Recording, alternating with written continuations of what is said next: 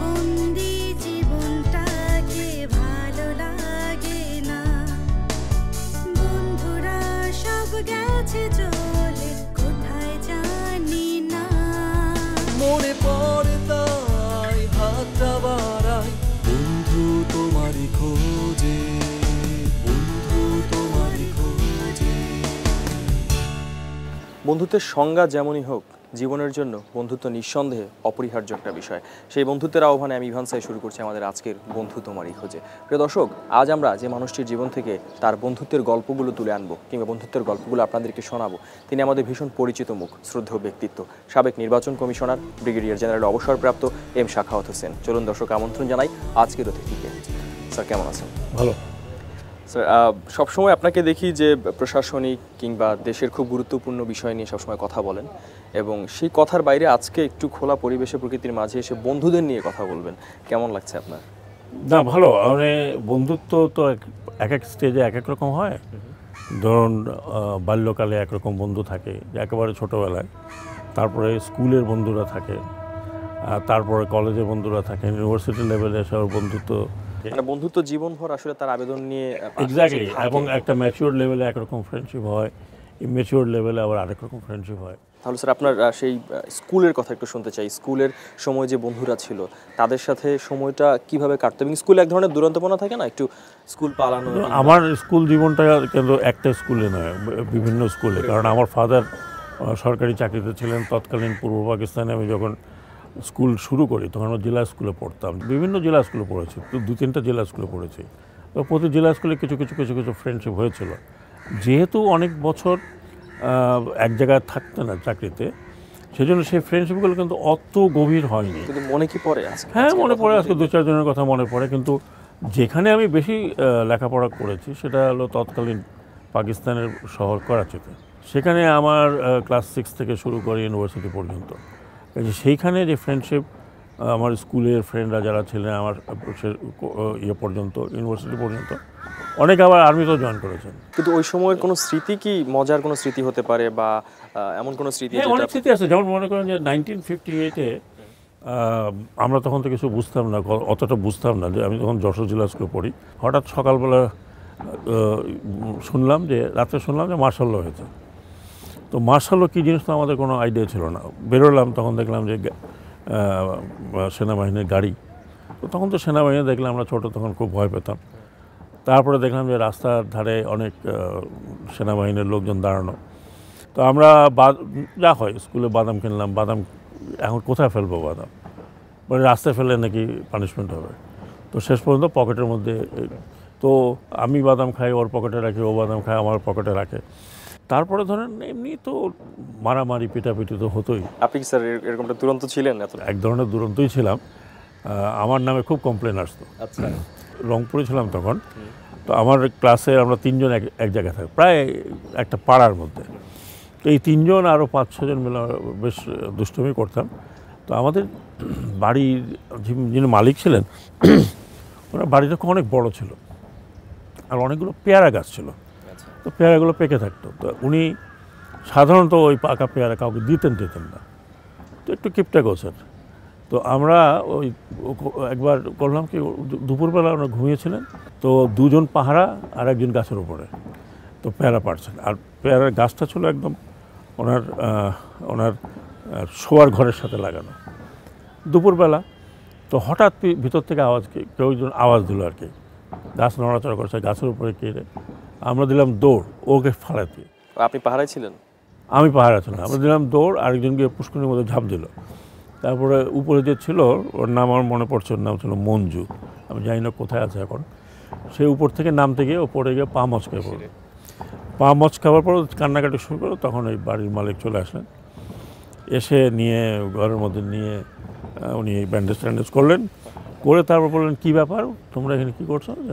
চাচা, আমরা তো এরকম পেয়ারা পাড়তেছিলাম। তো বললো, তারপরে কী হলো? উনি শুনলেন পুরোটা, শুনে বলেন, এই এরকম করলো কে, ডিস্টার্ব করলো কে তোমাদেরকে? হ্যাঁ। তো পরে জানা গেলো যে ওনার বড়ো ছেলে বাড়িতে ঢুকছেন, ঢুকে ওই গাছের আওয়াজ শুনে বললেন, কে? তো উনি ওনার ছেলেকে ডেকে বললেন যে, আমি তো দেখছিলাম যে এরা পেয়ারা পাড়তেছে, আমি জানি এরা প্রায়ই আসে, পেয়ারা পাড়ে, পেয়ারা খায়।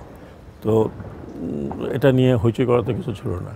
উনি ডেকে বললেন, দেখো যে এগুলো করো না, গাছের থেকে পড়ে যাবা, হাত ভাঙবে, পা ভাঙবে, তোমাদের খেতে ইচ্ছা আমাকে বলবো, আমি পেরে রেখে দেবো। তো খুব ভালো লাগলো যে মানে এখন তো যে পরিস্থিতিতে আমরা দেখি ছিল তার মমতাটা আসলে। হ্যাঁ, কিন্তু এখন দেখি যে একটা পেয়ারা, একটা বাচ্চা একটা পেয়ারা পেরেছে বা এর পেরেছে, তাকে পিটিয়ে দুই পরিবারের মধ্যে একটা যুদ্ধ বেঁধে যায়। না, দুই পরিবারের মধ্যে যুদ্ধ বেঁধে যায়। এইগুলো নিয়ে তখন এই সমস্ত কিন্তু আমাদের যারা বয়স্ক ছিলেন, বয়োজ্যেষ্ঠ ছিলেন, তারা খুব ইগনোর করে যেতেন। তারপর স্যার একটু কলেজের কথা শুনতে চাই, সেখানে গিয়ে আবার কাদেরকে বন্ধু হিসেবে পেলেন? স্কুলের অনেক বন্ধুবান্ধব আছে যারা সেনাবাহিনীতেও আসছিল, আছে, রিটায়ার করেছে এখন। একজনের নাম তো মনে পড়ে, কর্নেল তাফসির, এখানেই থাকে। ব্রিগেডিয়ার খুরশিদ, এনারা আমার স্কুলের তাফসির যশোর জেলা স্কুলের বন্ধু, খুরশিদ করাচির স্কুলের বন্ধু। এরা যাদের সাথে একসাথে পড়েছি, এরা সব আমার ক্লাসমেট। আরও অনেকজন আছে, ফজলুর রহমান একজন ছিলেন, আছে বাইরে, সালাউদ্দিন, আমজাদ, এরা সবাই কিন্তু স্কুলের বন্ধু। এবং স্ব জায়গায় তারা এখন চাকরি করে, তারা রিটায়ার করেছে। আবার মাঝে মধ্যে দেখা হয়, আবার আমরা মাঝে মধ্যে একত্রিত হই, ভালোই লাগে। মানে অনেকদিন পর যখন অনেকদিন পরে দেখা হলে তারপর সেই শৈশবের কথাগুলো ওঠে। হ্যাঁ, আর তো নতুন কথা নেই, পুরোনো কথাগুলো ওঠে, কে কীরকম করেছিল, কে কখন কোনটা করেছিল। তো এই ধরনের নানান ধরনের কথাবার্তা যা হয় আর কি। তারপর স্যার কলেজের কথা শুনছিলাম যে হ্যাঁ, আমি আবার ওই স্কুল থেকে আমি করাচির দুটো কলেজে আমরা পড়লাম। মানে আমরা বন্ধুবান্ধবরা প্রথমে গেলাম গভর্নমেন্ট কলেজে ভর্তি হয়ে দেখলাম যে গভর্নমেন্ট কলেজে এক ধরনের রেস্ট্রিকশনটা খুব বেশি। আর তাছাড়া আমি গভর্নমেন্ট কলেজে ভর্তি হয়েছিলাম কারণ আমি কিছু পয়সা পেয়েছি, বৃত্তির মতো আর কি। ফার্স্ট ইয়ারে 1 বছরের জন্য দিল। ওটা ফার্স্ট ইয়ারে পড়ার পর আমরা বললাম যে না, এখন আমরা অন্য এসে যাব কলেজে। ওই কলেজটা আবার রবিবারে বন্ধ থাকতো, শনি রবিবারে বন্ধ থাকতো 2 দিন। ওই 2 দিন ওই কলেজে যারা চাকরি বাকরি করতেন তারা পড়তেন। ওটার নাম হলো ইসলামিয়া কলেজ। ওখানে কত ছাত্র পড়তো আমরা জানতাম না, এক ক্লাসে কত ছাত্র, কারণ শনি রবিবারে শিফটে আরও ছাত্র হতো। ইসলামিয়া কলেজ করাচি খুব নাম করা।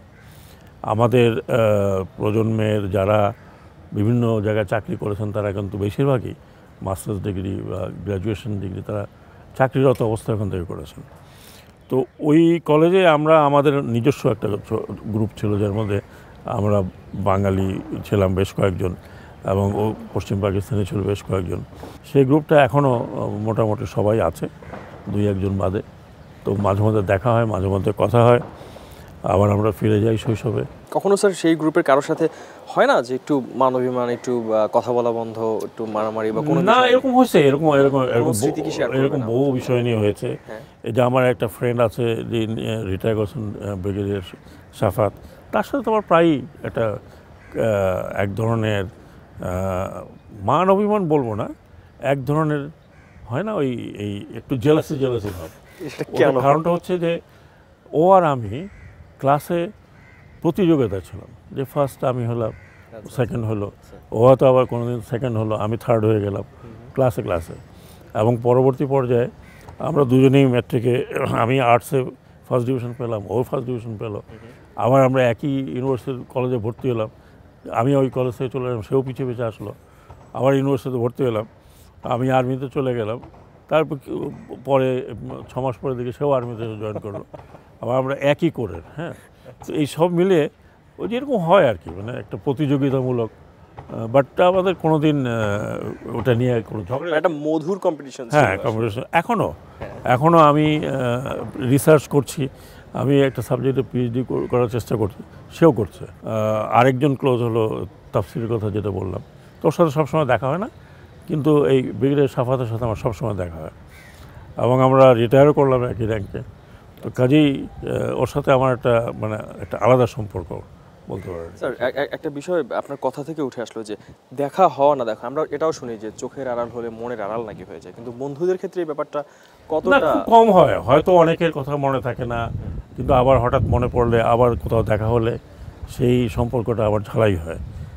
ফ্রেন্ডশিপটা এমন একটা জিনিস যে অনেক সময় হয় কি বিভিন্ন কাজে প্র্যাকটিক্যাল লাইফে অনেকের সাথে অনেক বছর দেখা হয় না, কিন্তু দেখা হলে সেই উচ্ছ্বাসটা আবার ফিরে আসে। এটা একটা খুব বড় জিনিস। আর আমাদের আরেকটা ছিল, আমরা 3-4 জন বন্ধু ছিলাম, আমি, সাফাত, ফজলুর রহমান। আমাদের একটা অভ্যাস ছিল বই পড়া, দারুণভাবে বই পড়া। এবং বিভিন্ন ওখানে একটা বাংলা লাইব্রেরি ছিল, নজরুল একাডেমি, ওখানে বহু বই ছিল বাংলা, এবং বই পড়তাম। বই পড়ে ওই বইয়ের উপরে আমরা বই নিয়ে যেতাম, বইয়ের উপরে আমরা কমেন্ট লিখতাম। কীরকম? আন্ডারলাইন করে যে লেখক এখানে মিথ্যা কথা বলছে, এখানে সত্যি কথা বলতেছে, হ্যাঁ একটা অবান্তর কথা বলছে। তো এইগুলো করতাম করে আমার বই, তো আমি এটা পড়লাম, আমি কমেন্ট লিখে দিলাম। তো 3 জনে ঘুরে ফিরে 3 জনের কমেন্ট, বইয়ের মধ্যে প্রায় প্রতি পাতায় পাতায় দাগ। হ্যাঁ, তো ওটা আবার আমরা কোয়াইটলি গিয়ে জমা দিয়ে দিতাম। তো ওখানে একজন লাইব্রেরিয়ান ছিলেন, তো একদিন একটা বই আনতেছি নিহারঞ্জন গুপ্তের, বলেন যে এই 3 জন লোক আমার এই বইগুলোকে নষ্ট করতেছে, আমি একবার যদি টের পাই, ধরতে পারি এরা কারা, তো বললাম যে আমাদেরকে বলেন, আমরা ধরে দিই। তো কখনো ধরা খাননি? না, ধরা পড়ে হয়তো উনি জানতেন যে আমরা এগুলো করি। তো বই পড়ার অভ্যাসটা আমার আরও ছোটোবেলার থেকে হয়েছিল। সেটা একদম ক্লাস 3 থেকে।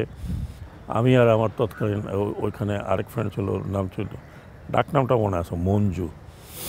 তো আমরা রংপুরে ছিলাম, আমরা হেঁটে হেঁটে যেতাম স্কুলে যাওয়ার পথে ওই সামনে ওই লাইব্রেরি ছিল, বই বিক্রি, বুক স্টল বলে যেটাকে। তো ওখানে বুক স্টলে আমরা তো তখন টাকা পয়সা বই কেনার মতো 6 আনা 8 আনা দিয়ে বই কেনা হতো। তো আমরা গিয়ে ওইখানে দাঁড়িয়ে একটা ওই নতুন বই, তখন খুব ফেমাস ছিল দস্যু মোহন সিরিজ, ওগুলো পড়তাম। দাঁড়িয়ে না কিনে দাঁড়িয়ে? না, দাঁড়িয়ে। একদিন 2 দিন পর পরে যিনি মালিক ছিলেন তিনি বললেন যে আমরা আবার আস্তে পাতাটা মোড়াইয়া দিয়ে আবার রেখে দিয়ে আসতাম। হ্যাঁ, তো উনি দেখছেন একদিন, তো মালিক বললেন যে দেখো এটা পাতা মোড়ায় না, আমাকে তো বই বিক্রি করতে হয়, তোমরা যেখানে পড়ো এখানে একটা দাগ দিয়ে রাখো, হ্যাঁ, পৃষ্ঠাটা আমি লিখে রাখবো, তারপরের দিন যখন আসবো আমি পৃষ্ঠা খুলে দেবো, পড়ো। তো এই পড়তে পড়তে একটা পড়ার অভ্যাস তখন থেকে হলো। তারপরে পয়সা পেলে অত 2 আনা, তখন কোনো দাম ছিল 4 আনা 5 আনা এরকম দাম ছিল বইয়ের। তারপর স্লোলি অ্যান্ড গ্র্যাজুয়ালি তো লাইব্রেরিতে বই পড়া, মাঝে মধ্যে কেনা, সেটা এখনও চলছে। এখনও একটা ছোটোবেলার থেকে অভ্যাস না থাকলে বই পড়া এবং লেখা, এবং আমাদের টিচাররা খুব এনকারেজ করতেন যে গল্পের বই পড়ো, স্পেয়ার টাইমে খেলাধুলা করো। আমি জানি না এখন সেই ধরনের স্কুলগুলোতে লাইব্রেরি আছে কিনা, স্কুলগুলোতে কমন রুমে পত্রিকা লাইব্রেরিগুলো আছে কিনা আমি বলতে পারবো না। স্যার, আমরা আরও কথা বলবো, একটু বসি না সামনে কোথাও, চলুন। স্যার, বন্ধু নিয়ে কথা বলতে আপনার কাছ থেকে একটা ভিন্ন রকম উত্তর বা একটু প্রশ্নটা করবার আমার ইচ্ছে হচ্ছে। ডিসিপ্লিন সব জায়গায় খুব বেশি জরুরি। এই বন্ধুত্ব গড়ে ওঠা বা বন্ধুদেরকে নিয়ে জীবন চলার পথে বেড়ে ওঠা, এর মাঝখানে বা ফ্রেন্ডশিপের মাঝখানে ডিসিপ্লিন কতটা জরুরি? ডেফিনেটলি দরকার আছে ডিসিপ্লিন। আপনি একজন ফ্রেন্ডকে হার্ট করতে পারেন না, ওর যত ঘনিষ্ঠ বন্ধুই হোক, কোনো না কোনো জায়গায় কিন্তু এভরিবডি ইজ উইক, সেখানে আপনি হার্ট করতে পারেন না। আপনি যদি জানেন তার একটা উইকনেস, সেই উইকনেসটাকে আপনি হার্ট করলেন, সেই উইকনেসটাকে তাকে ব্যবহার করলেন, এটা তো কখনো বন্ধুত্ব টিকে না। কাজে ডিসিপ্লিন বলতে যদি আপনি ফ্রেন্ডশিপের মধ্যে ডিসিপ্লিন বলেন, তাহলে একটা রেসপেক্টের ব্যাপার আছে। হয়তো আমরা 3 জনে মিলে একটা প্রাইভেটলি অনেক কিছু বলতে পারি, কিন্তু তাকে ছোট করার জন্য বাইরে বা জোকিংলিও যদি আমি বলি, সেই he may be hurt at that time. আপনার কর্মজীবনের কোন বন্ধুদেরকে বা কোন বন্ধুদের সাথে কাটানোর সময়টা বেশি আলোড়িত করে, বেশি ভাবায়, বেশি মনে পড়ে? দুটো হয়। একটা হয় যে সামরিক বাহিনীতে আপনি যে ইউনিটে চাকরি করেন, সেই ইউনিটের মধ্যেও কিন্তু একটা ফ্রেন্ডশিপ হয় নিজেদের মধ্যে, এবং সেটা কিন্তু ওই যে বললাম যে একটা বয়সে সেই ফ্রেন্ডশিপটা কিন্তু খুব ভালো হয়, সেটা আরও মোর এনজয়েবল। কারণ তখন আপনি ইন্ডিপেন্ডেন্ট, তখন আপনি কারোর কাছে, বাপ মার কাছে টাকা পয়সা চাইতে হয় না, নিজের পকেটের পয়সা। 3-4 বন্ধু মিলে আপনি ইচ্ছা হলো চলো অমুক জায়গায় খেতে যাই, অমুক জায়গায় বেড়াতে যাই, অমুক জায়গায় সিনেমা দেখতে চাই। তো তখন তো আর আপনি ইউর টোটালি ইন্ডিপেন্ডেন্ট। ধরুন তখন ব্যাচেলার জীবন, তখনও সংসার ধর্মে ঢোকা হয়নি, ওই পিরিয়ডটা ওই একটা ইউনিটের ভিতরে একটা খুব বন্ডেজ হয়। বিশেষ করে সামরিক বাহিনীতে আপনি বলা হয় যে একটা ইউনিটের মধ্যে যদি বন্ডেজ না থাকে তাহলে আপনি ওই ইউনিট ভালো হয় না। মানে যুদ্ধক্ষেত্রে বলেন, যেখানে বলেন, একটা কমরেডশিপ, সেটাও এক ধরনের বন্ধুত্ব। আবার ব্যাচমেটদের সাথে এক ধরনের বন্ধুত্ব, ব্যাচমেটদের মধ্যে ক্লাসমেটদের সাথে এক ধরনের বন্ধুত্ব। কাজে এই বন্ধুত্ব যে শুধু একটা জায়গায় স্ট্যাগনেন্ট, এটা কখনোই হয় না। এটা এটা আমাদের জীবনে, আমি জানি না অন্যদের জীবনে কীরকম, সামরিক বাহিনীর জীবনে কিন্তু ফ্রেন্ডশিপের সার্কেলটা অনেক বড় হয়ে যায়। হ্যাঁ, আপনি শৈশবের বন্ধুরা আছে, তাদের সাথে ইউনিভার্সিটি, কলেজ, তারপরে আপনি মিলিটারি একাডেমিতে ব্যাচমেটদের একটা ফ্রেন্ডশিপ হয়। একটা ইউনিটের মধ্যে যেখানে আপনি চাকরি করেন, বিশেষ করে প্রথম জীবনে যে ইউনিটগুলোতে আপনি চাকরি করেন, সেখানে অনেক স্মৃতি কিন্তু আপনি ভুলতে পারেন না। সেটা খারাপ হোক ভালো হোক, অনেক স্মৃতি ওই ধরনের যাদের সাথে আপনি শেয়ার করেছেন 2 বছর, 2.5 বছর, 3 বছর, ভালো লাগা, খারাপ লাগা, কষ্টকর জীবন, তাদের কথা কিন্তু আপনি ভুলতে পারেন না। নিশ্চয়ই। এমনটা কি হয় যে আমরা যেমন স্টুডেন্ট টিচারদের মাঝখানে এক ধরনের ফ্রেন্ডশিপ দেখি, বাবা সন্তান এদের মাঝে এক ধরনের ফ্রেন্ডশিপ দেখি, অনেক সময় অফিসের বস কর্মচারীর মাঝে এক ধরনের ফ্রেন্ডশিপ দেখি, সামরিক বাহিনীতে এরকমটা কি হয় যে যারা র্যাঙ্কড অফিসার আছেন, আপনারা যারা ছিলেন, তাদের সাথে সৈনিকদের কোনো ধরনের বন্ধুত্বপূর্ণ সম্পর্ক? অনেক আছে, এটা অস্বাভাবিক কোনো কিছু না। ও তো সেই বন্ধুত্ব একেবারে যে সাধারণভাবে যেরকম বন্ধুত্ব হয়, তুই তোমারই, একসাথে বসলাম, খাওয়া দাওয়া করলাম, সেরকম হয় না। ফ্রেন্ডলি সুলভ একটা আচরণ তো সবসময় হয়। যেমন হয়তো আমি কমান্ডিং অফিসার, আমার আন্ডার কমান্ড যারা আছে সবাইকে দেখাশোনা করার আমার দায়িত্ব। হয়তো তার সাথে অনেকক্ষণ বসে আলাপ করলাম, বাড়ি কোথায়, কী করতো, তোমার কোনো সমস্যা আছে কি না। এটা কিন্তু একটা ফ্রেন্ডলি সুলভ, একটা ফ্রেন্ডলি অ্যাটিটিউড। আপনি এই ফ্রেন্ডলি অ্যাটিটিউড যদি না থাকে, তাহলে সামরিক বাহিনীতে কমান্ড করা খুব ডিফিকাল্ট। কারণ আপনাকে কমান্ডিং অফিসার হিসেবে যদি আপনি ফ্রেন্ডলি না হন, আপনাকে যদি সবসময় ভয় পেতে থাকে, তাহলে সে কোনো দিন আপনার কাছে তার সমস্যাগুলো তুলে ধরবে না। এবং সমস্যাগুলো তুলে ধরার জন্য যেটা দরকার, একটা কনফিডেন্সের দরকার।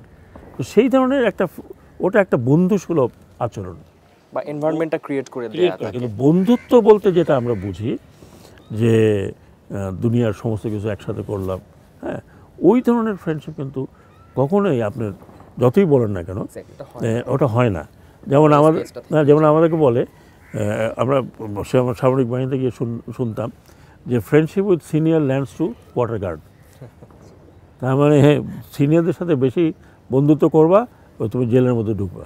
এখন আমি যদি চাকরিতে এসে দেখি আমার একজন ক্লাসমেট এমন জায়গা আছে, সে আমার আন্ডার কমান্ড, তার সাথে আমার ফ্রেন্ডশিপটা ঠিক অত ওপেন হবে না চাকরির ক্ষেত্রে। হয়তো বাইরেই বাসায় আসবে, হইচই করবে, কিন্তু চাকরির ক্ষেত্রে গিয়ে সে ফ্রেন্ডশিপটা, বিশেষ করে সামরিক বাহিনী এসব জায়গায় আপনার ওই ধরনের ফ্রেন্ডশিপ একটা সিনিয়রিটি জুনিয়রিটির বিষয়ে একটা স্পেস থেকেই যায়।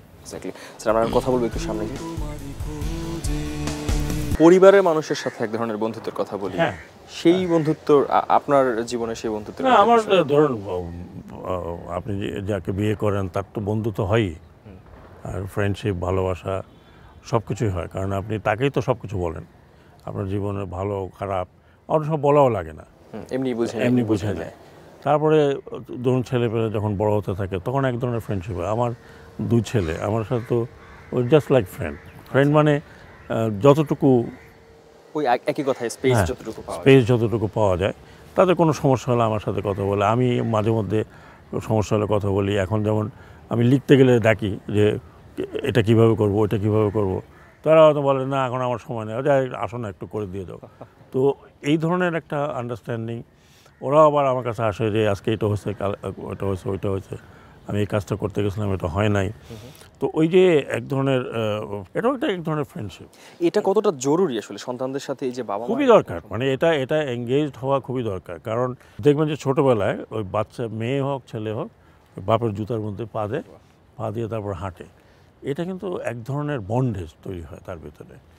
ওই বন্ডেজটা আমরা কিন্তু অনেক সময় আমরা অনেকে কন্টিনিউ করতে পারি না। তাতে হয় কি, ফ্যামিলির ভিতরে এক ধরনের ডিস্ট্রাকশন হয়, গ্যাপ হতে থাকে। এবং আজকাল যেটা দেখা যায় যে বাপ মা হয়তো জানেও না ছেলে মেয়ে কোথায় যাচ্ছে, ফ্যামিলি বন্ডেজের জন্য। স্যার একটু বসি আমরা এখানে। ফ্যামিলি বন্ডেজের এখন নাই বলে আমরা নানান রকমের ক্রাইসিসে ভুগছি। সমস্যার মধ্যে আছি। অবসরের পর আমি জানি যে অবসর আপনার মেলেনি, হয়তো নিজের কাজের জায়গা থেকে অবসর, কিন্তু তারপর অনেক গুরুত্বপূর্ণ দায়িত্ব আপনি পালন করেছেন, এখনো পর্যন্ত করে যাচ্ছেন। কিন্তু সেই সময় এসেও তো আবার নতুন করে কিছু মানুষ বন্ধু হয়ে যায়। হয় অবসরপ্রাপ্তির পরেও ধরুন একটা গ্রুপ হয়, এই যে আমরা সকালবেলা হাঁটাহাঁটি করি, এখানে অনেকের সাথে বন্ধুত্ব হচ্ছে নতুনভাবে। আমি গুলশানে যখন থাকতাম, গুলশান লেকে হাঁটতাম, সেখানে অনেক বন্ধুবান্ধবের সাথে বন্ধুবান্ধব হয়েছে, অনেক গল্প সল্প আমরা করি। আমি এখনও সপ্তাহে একদিন করে যাই। তারপরে আমি বিদেশে যাই, আমাদের একটা গ্রুপ আছে, বেশিরভাগই তাদের সাথে অনেক সময় কাটাই। বাইরে গেলেও 10 দিন 15 দিন পুরো ফ্যামিলি নিয়ে কাটাই, সেখানে এক ধরনের একটা ফ্রেন্ডশিপ। তারপরেও আবার আমি লাস্টে বলি যে বাল্যকালের যে ফ্রেন্ডশিপ, ওটা কিন্তু অম্ল মধুর যাই থাকুক না কেন, ওইটার একটা বিষয়ই আলাদা। তো সেরকম আমার বন্ধু আছে এখানে অনেকেই, কিন্তু এই মুহূর্তে একজনকে আমি দেখছি, সে এদিকে আছে, তাকে ডাকতে পারি আমি। নিশ্চয়ই, প্লিজ স্যার। সাফাত, হঠাৎ করেই দেখলাম যে সে এখানে উপস্থিত। ভালো আছিস? আলহামদুলিল্লাহ। Thank you so much. এই আমি ওর কথাই বলছিলাম, আচ্ছা, রিটায়ার্ড ব্রিগেডিয়ার, কিন্তু আমরা ছোটবেলা থেকে একজনকে চেজ করে আসছি। আমরা শুনছিলাম স্কুল থেকে শুরু করে কলেজ থেকে শুরু করে ইউনিভার্সিটি শুরু করতে সামরিক বাহিনীতে। তো আমরা আমাদের আরও 4-5 জন বন্ধু আমরা খুব ক্লোজ ছিলাম। বললাম বইয়ের কথা, বললাম লাইব্রেরির কথা, বললাম। আমি স্যার একটু আপনার সাথে কথা বলতে চাই, অনেক কথা স্যারের শুনেছি। শুরুটা কবে হয়েছিল এবং শুরুর দিকের গল্পটা একটু শুনতে চাই। শুরু 1958 কি 59 হবে, 59 বোধ হয় না, ক্লাস 6-এ আমরা 59 হবে, 59 বা 58 হতে পারে, 58-59-এর দিকে। আমরা তখন করাচিতে বাংলা স্কুল ছিল একটা, সেই হাই স্কুল, সেখানে পড়তাম। সেখান থেকে একসাথে সাখাত, আমি, আমাদের সাথে আরও কয়েক বন্ধু ছিল, মাহমুদ আমিন বলে একজন ছিল, সবই রিটায়ার করে গেছে। আকবর ছিল একজন, দেন আমি বলছিলাম কিছু আগে ফজলু ছিল, নেভিতে কমোডোর নিজাম, তারপরে আর্মিতে আরেকজন ব্রিগেডিয়ার আছে, ব্রিগেডিয়ার খুরশিদ আলম বসুনিয়া, তারপরে আপনার সালাউদ্দিন বলে এক ভদ্রলোক আছে। আমরা মূলত করাচিতে কিন্তু ছাত্র কম ছিলাম, 23 জন ছিলাম আমরা যারা এসএসসি দেই। আচ্ছা, এই যে এত দিনের বন্ধুত্ব, এখন এসে কি মনে হয় বন্ধুত্ব কি বদলায়, বন্ধুত্ব কি বদলে যায় সময়ের সাথে? ডিপেন্ডিং অন যোগাযোগের উপর ভিত্তি করে হয়তো বন্ধুত্বটা কম বেশি হতে পারে, কিন্তু আমরা হয়তো probably pass the test of time যাকে বলে, সময়ের। তখন যে দেখেন, স্কুল থেকে গেলাম কলেজে, আমি সায়েন্সে ঢুকলাম, ও আর্টসে গেল, গভর্নমেন্ট কলেজ নাজমাবাদ, ইসলামিয়া কলেজ একসাথে। সেখান থেকে ইউনিভার্সিটিতে গেলাম। ইউনিভার্সিটিতে কিন্তু আর্মি যাওয়া কিন্তু একরকম একটা মানে বাই চান্স হয়ে গেছে। ক্লাস হচ্ছেও না। 65 ওয়ারের পরে আমরা সিনেমা দেখতে গেছি শহরে, তো সিনেমা হলের পাশে ছিল আর্মি রিক্রুটিং, দেখে ওখানে লাইন লাগানো। তো লাইন লাগানো কী জন্য, যে ওখানে যুদ্ধের পরে অফিসার রিক্রুটমেন্ট চলতেছে, ইন্টারভিউ হচ্ছে, প্রিলিমিনারি ইন্টারভিউ।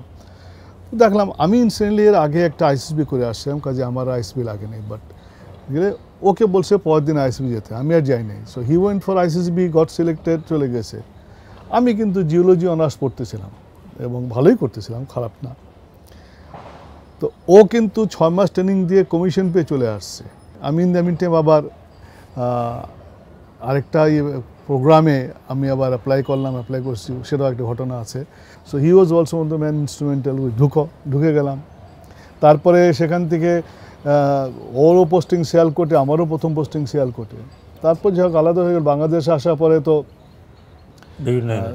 লেগে গেলাম একসাথে, স্টাফ কলেজ করলাম। আমার এক ব্যাচ পরে ও করলো, আমি 3rd করলাম, তুই 4th করলি না?